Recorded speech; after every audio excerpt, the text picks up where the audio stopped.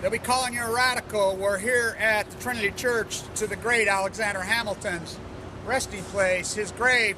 What's the opposite of a globalist? What is the opposite of a globalist?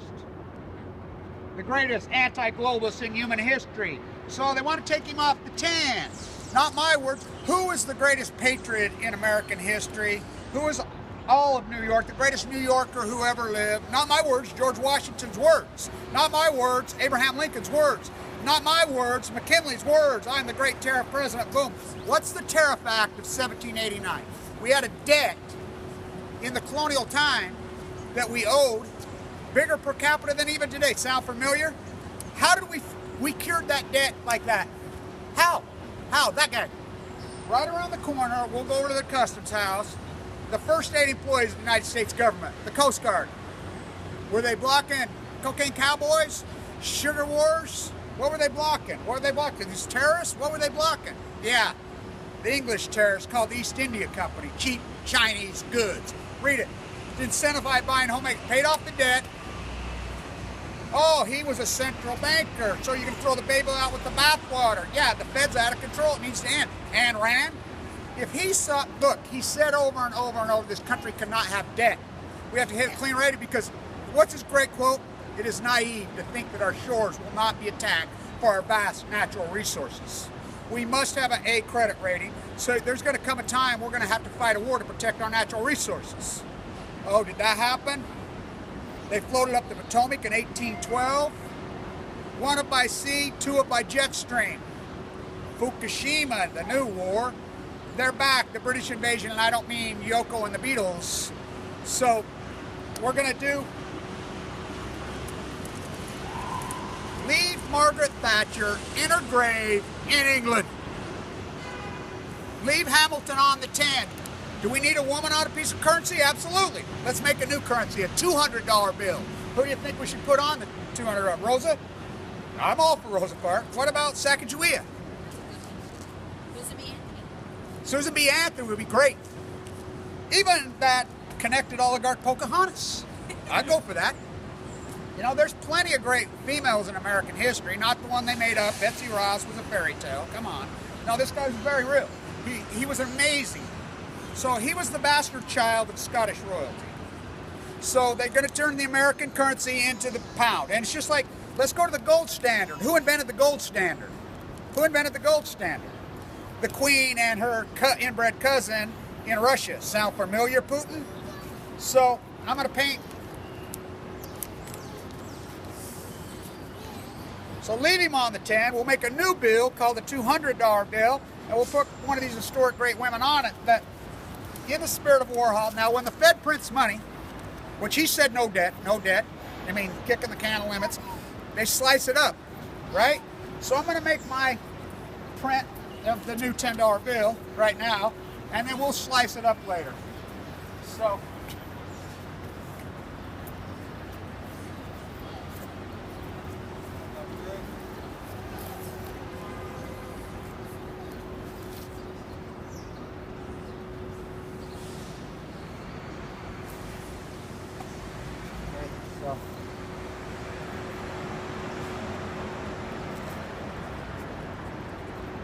now remember, this country had $1,000 bills, $10,000 bills. Who was on the $1,000 bill? I don't know. Was it Garfield? I don't know. Or no, Cleveland. Who was on the $10,000 bill? Chase. J.P. Chase? Not Jay, that's Morgan. Chase was on the $10,000 bill. And can you imagine walking around Manhattan in that era with $10,000? You think inequality? Well, think about these guys. Think about if they walked around without credit cards and the currencies, they would have, what, $10 million bills they walk around with? This is the greatest social inequality in human history. Funneled to the 1%. What's the Tariff Act of 1789? Yeah. So, we'll make $1,000 because it's all worthless paper anyway, right? Right? It's all worthless paper. We need to go to those shiny yellow rocks out of the ground that the Queen owns. Maybe the new currency should be nuclear waste. By the way, Fitzgerald closed down this morning. It's a big, big deal in New York. They come out. Why did they come out? The greatest economist in human history right there. They said it was the economics. They know the writing's on the wall. The Congress is going to get rid of Price Anderson. And then, because now they can just park it on the curb and it's yours, the waste. They're not going to do anything with it. Here, we just parked this car on the side of the curb, and the American taxpayer liable. Well, if that changes, they don't want to be hung out to dry with that thing. They know it's not economical. It's never been economical.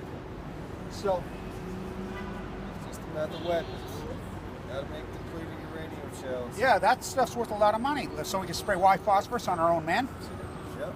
You know? And they can sit there in their tanks and laugh about it. Nah, we just blew them to smithereens. Yeah, yeah. And then they come home and realize what they've done and turn to the bottle. Yeah.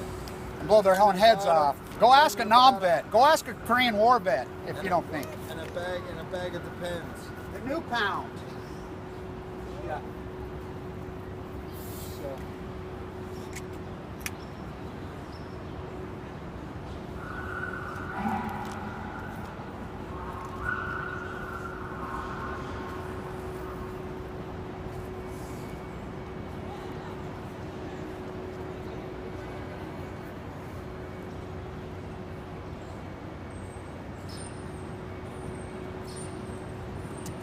The new wigs hairspray. The new wigs hairspray. That one looks like, what's his name? Ernest Moxie Fuel. Don't that look like Ernest Moxie Fuel from MIT? That's the new currency. The new currency is going to be plutonium, depleted uranium. Commercialize it.